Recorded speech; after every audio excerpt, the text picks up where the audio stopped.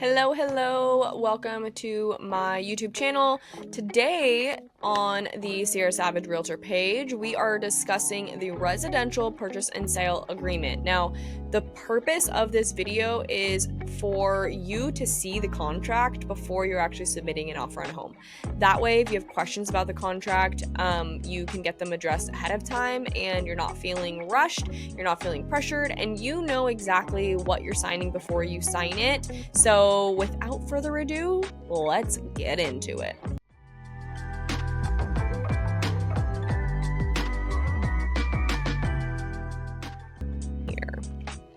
Okay, great. So up on my screen is the purchase and sale agreement for Southwest Washington. So I'm in Vancouver. I am pulling this from the Northwest Multiple Listing Service. So depending on if you're in a different area in Washington or a different state, this form could and will look different.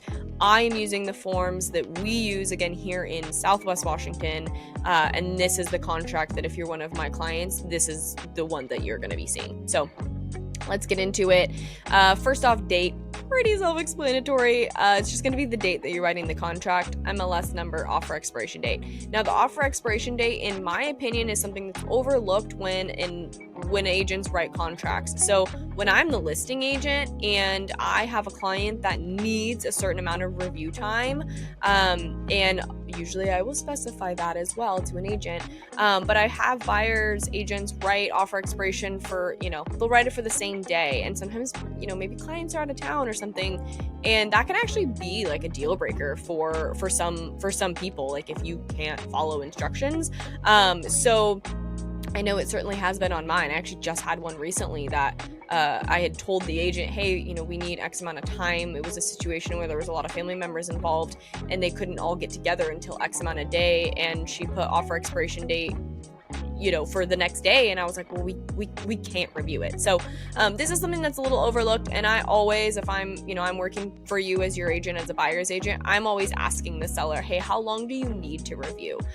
Certainly there's times we're going to want to just put a rush on it, right, to make them respond, but we want to be respectful of the seller too and their timeline. So that's important. Buyer, seller, names, pretty self-explanatory. Line 4 is the property, so it's going to be the legal description of the property. I'm filling all this out if that's not clear as well. You as the buyer are not filling anything out. You're going to just be signing. So again, it's just more of a review, making sure that you and I as your agent have discussed everything clearly and that the contract reflects the conversations that you've had with me as your buyer's agent. So I'm going to be putting in the tax ID here and then the address, make sure there's no, typos with the address. Included items. This is something that's really important too. A lot of people ask, is the refrigerator included? Is the washer and dryer? What's included? This is where we decide, what's included. Obviously, if somebody has stated, no, the refrigerator or the washer and dryer are not staying, then, you can put them on here, but they're probably going to counter with asking you to remove those items. But if it is not marked on here, it is not conveying with the property. That includes security systems, just like it says here.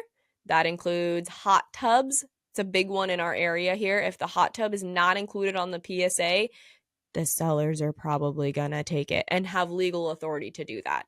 The other big one is I have heard of people taking their fireplace inserts. It's not super common, but it has happened. The other big one is if there is a shed on the property that you saw that you're making an offer on and you want that shed, tell your agent. And if I'm your agent, I'm going to ask you and I'm going to just automatically put it on. But make sure that that is included, because if that is a shed that's just like sitting on blocks, the seller, and it's not marked on here, if this check box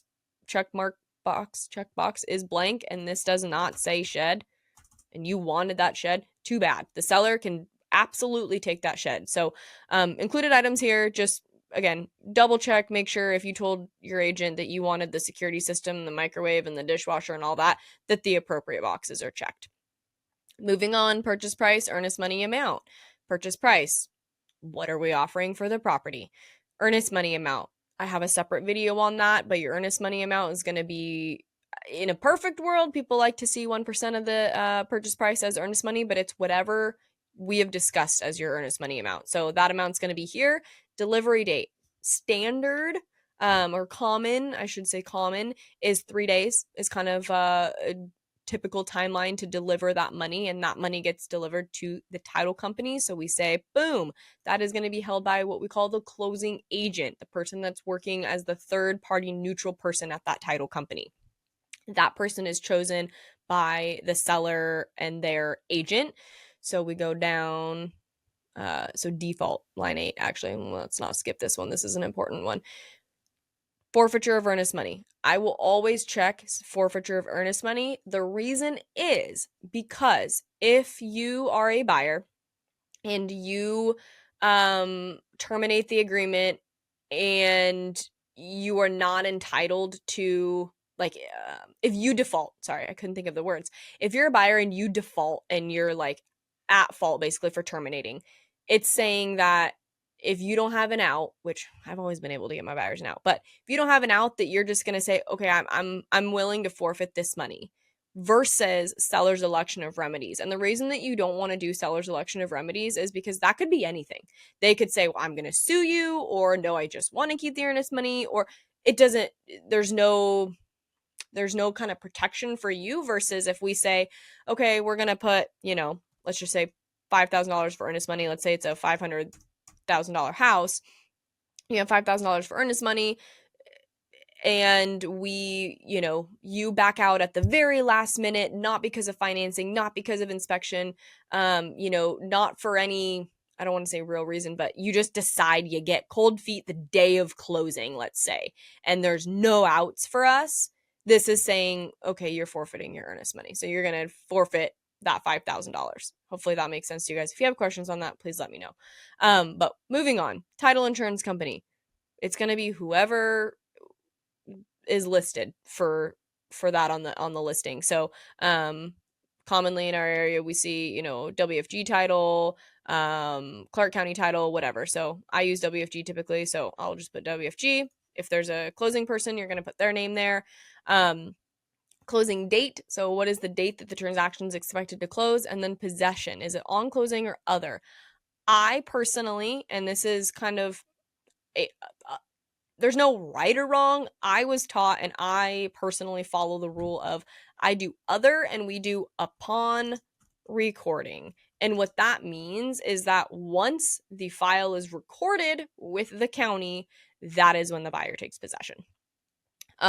Services of closing agent for payment of utilities. So line 12, 13, and 14 are kind of, I don't know, they're quick. But we always do requested. So that's just saying that we're requesting for the utilities, the utility company information.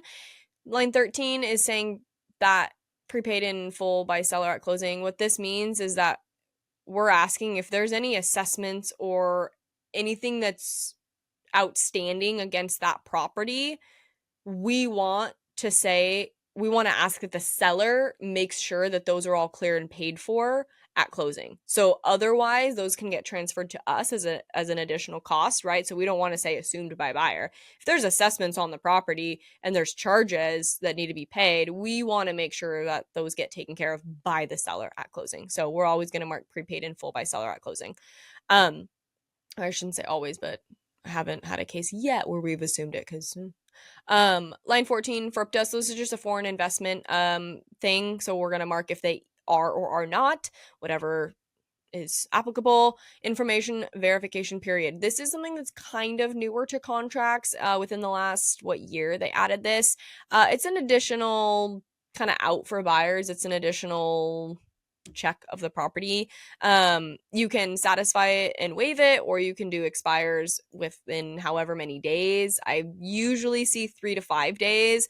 A lot of times people will put whatever their earnest money timeline is, right? So if it's if earnest money is 3 days after mutual acceptance, most commonly people will put 3 days for the information verification period. Now, what this is specifically is that you are verifying the information that the listing has shown for the property. So that is what this kind of clause is it's saying, like, you've verified, maybe the square footage or the zoning or all those little details, it's saying like you're not going to back out because you saw that the square footage on the county site is different than the square footage that the listing agent put in.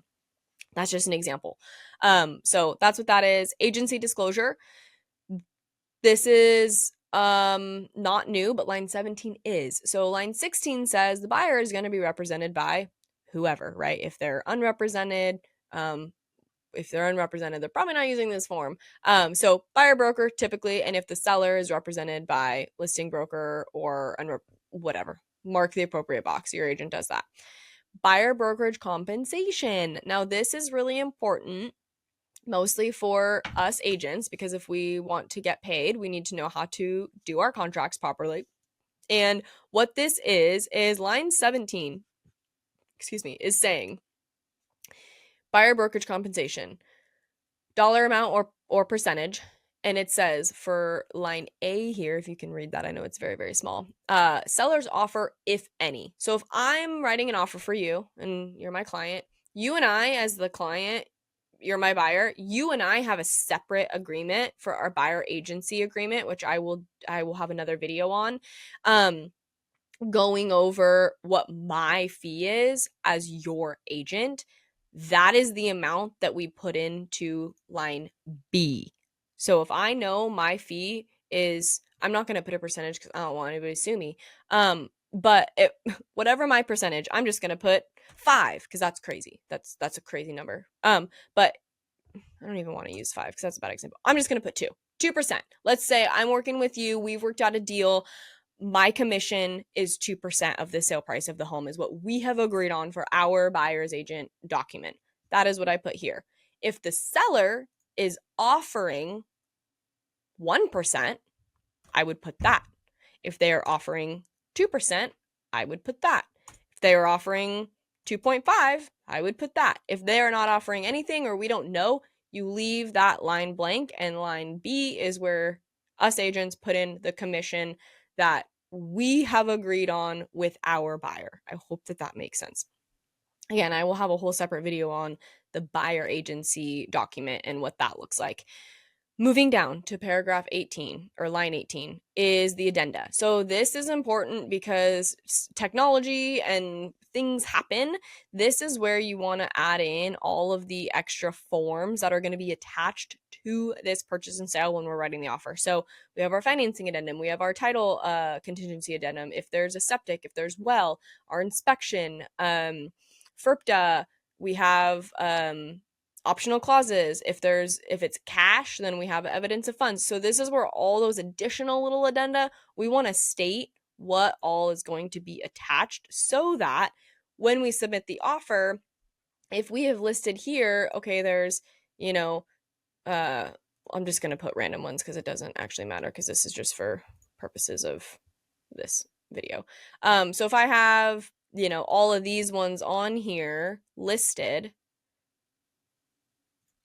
and so I've got, okay, financing. Let's say it's a seller financing. I guess that doesn't really make sense. Whatever. Hopefully you guys are following me. All this addenda that I have here listed, if I submit this offer and one of these forms is missing, the agent can go, hey, it looks like, oh, what just happened? Whoa. It looks like you are missing, XYZ form that's, did you mean to put that in? Whatever. So that it's just kind of an extra cushion for us to make sure that we get everything in. Going down, this is all going to be filled out by me or whoever your buyer broker is. It's going to have listing brokerage information as well as the buyer brokerage information. And then this is where buyer and seller will sign and date. Pretty self-explanatory. This is the heap of the purchase and sale agreement. So there's 5 more pages. We'll go down that briefly, but this is, the first page of your purchase and sale agreement. Moving down to the next page is purchase price, earnest money, included items, and condition of title. If you would like to read through all of this, I do, it's not going to hurt, but it's just going into the specifics, right? So saying, what earnest money is a little bit. Upon, right here, upon termination of this agreement, a party or the closing agent may deliver a form of authorizing release of earnest money to the other party or parties. So this is stating in that case, right, if there's a termination of the agreement, the closing agent, that person at title, is going to say, hey, we need this form that's called a disbursement of authorization for earnest money so that we can get the earnest money back to whoever it needs to go to, whether that's the buyer or the seller. Again, I'm not going to read through this entire contract because that we would be here for a long time and you don't probably want to listen to that, but it just goes into details. Same with included items. If they're not specified, they're not part of the contract. Moving on, page 3, title insurance, closing in possession, section 1031. You'll know if this is applicable to you or not. If you're doing a 1031 exchange, then this paragraph would apply to you. If you're not, then it does not.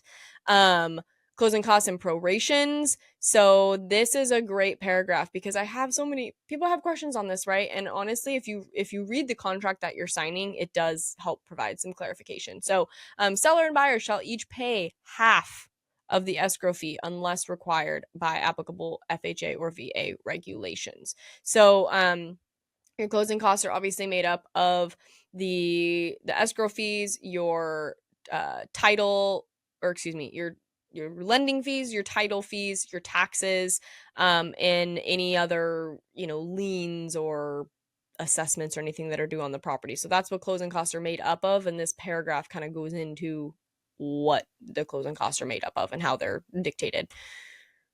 Going on to page 4, whole bunch more stuff. Computation of time. This is important. So for our purposes in real estate, computation of time. So anything that is 5 days or less on a contract is considered business days. If it is 6 days or longer, it is calendar days. Meaning, if you have an accepted offer on a Saturday, everybody's signed it around on Saturday, and the earnest money thing says 3 days, your timeline for those 3 days does not begin until the next business day, which would be Monday, unless Monday was a holiday. Holidays do not count as business days. So this is an important one. If obviously your agent's going to be on top of all of that, but it's something to keep note of and be mindful of because time is of the essence in real estate, and computation of time is very important to understand, not only for your agent, but for you as the buyer or consumer. You kind of need to know when stuff is due, and it's helpful to know ahead of time. Oh, okay, well, if we, wait to sign this until this day, it's going to give us an extra day or whatever. So computation of time, this is a good one to read through if you're trying to pick and choose which paragraph you want to read through. Computation of time, as well as notices and delivery of documents. This one is more important for us to know, but in order for things to be, kind of legal and delivered, this is what this says, is how things are deemed deliverable to in a purchase and sale agreement. Moving on to page 5. I'm not gonna go too much into this. Please read through it if you would like. When your agent sends over the contract, it is helpful to read through it, but your agent's job is to protect you and explain the contract to you. So that's really all I'm trying to do here, is give you an overview of what to look out for, what not to do, and some fun things. This one, offer and counteroffer expiration date. If there's no expiration date specified, so if they left that blank, then it is 2 days. You have 2 days if there's nothing there. Brokerage firm compensation, just stating how we are paid.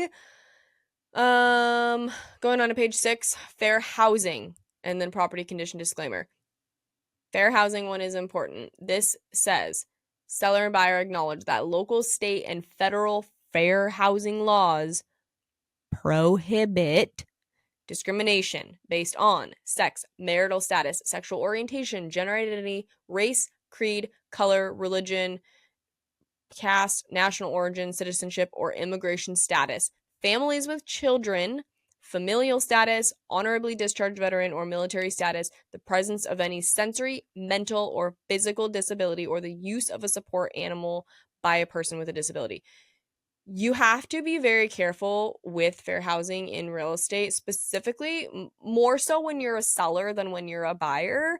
But yeah, this is just it, federal fair housing. Be a good person. Don't discriminate. Don't not buy a house based on one of these things. If the seller fits into one of these categories, it's it's also for you, right? As the buyer, if you're writing an offer on a property and then you found out something about the seller that was discriminatory and you pulled out of the offer because of that, well, you are now violating a federal fair housing law. So, don't be an ass, be a good person, and you won't have any problem. Anyway, I hope that this was helpful. I will be doing a video on each of the kind of common addenda that we use. So stay tuned for those. I'll be putting those out every week.